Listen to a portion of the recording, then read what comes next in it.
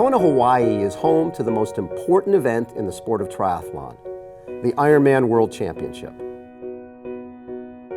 For the past 2 years, Kona has become the home for one of the top Ironman triathletes, Chris Lieto, who has won 3 Ironman titles in his long and distinguished career. Besides his Ironman wins in Wisconsin, Canada, and Japan, Lieto has won over a dozen other races, has 3 top 10 finishes in the Ironman World Championship, and took second place at the 2011 Ironman 70.3 World Championship at Lake Las Vegas. In one of his greatest performances, he led the 2009 Ironman World Championship throughout the bike and into the run. He held that lead until mile 22 of the marathon and ended up with an impressive second place finish. Because of injuries, Chris will not be racing in Kona this October. Instead, he invited us to spend some time with him and his family so that we could get an up-close and personal look at how Chris deals with injuries, how he incorporates other fitness techniques into his schedule, and more importantly, how he balances training time, recovery time, and family time.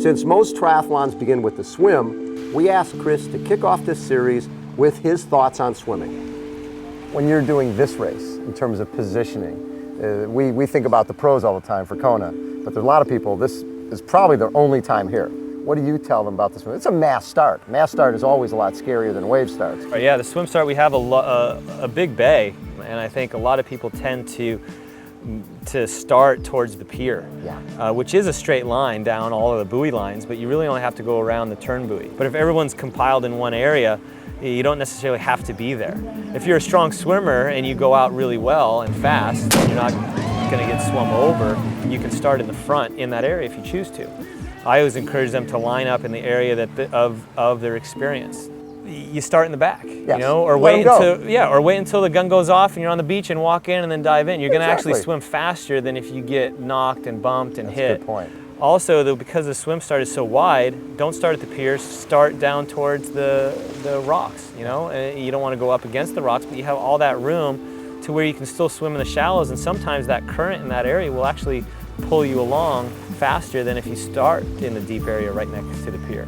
You know, one year I think it was just Nico and myself, and we swam by ourselves in the shallows until the turn, and we met the group at the turn and we were in the front. And so it made it easy that we didn't have to fight to gain feet or to find areas. So line yourself up accordingly, look for clean water. If it's a tight swim start and you're gonna have to be in a group, try to get on the end. So if it gets hectic, you always have an out. You're not stuck in the middle. You get stuck in the middle and you get sandwiched, then you have nowhere to go.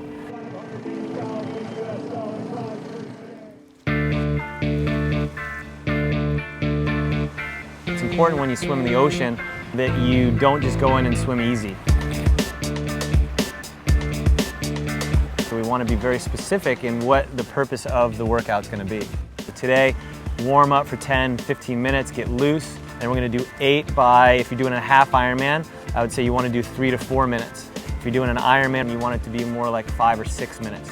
The odd ones are going to be fast, and the even ones are going to be easy. As you go on the fast ones, you start out at a fast pace and then you build to your Ironman or half Ironman pace, and then you finish strong. And then you do the easy ones to recover, and then you go back at it again. And you want to be able to make sure you hit all of these, the fast ones, at that same pace and same effort. You don't want to go out really fast on the first one, and the 8th one you're dying.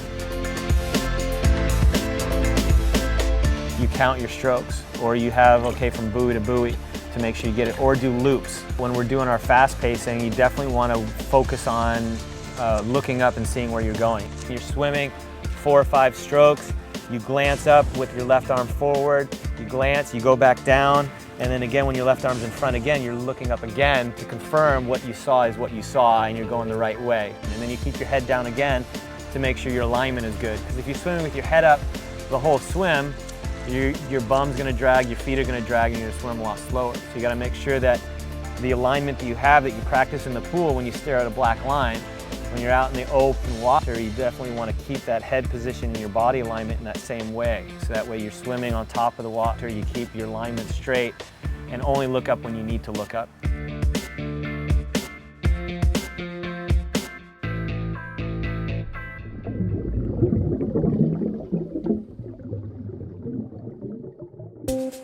In our next episode, Chris tells us how he turned his bike into a lethal weapon and shares one of his favorite workouts with us, an interval workout on the road to Hawaii.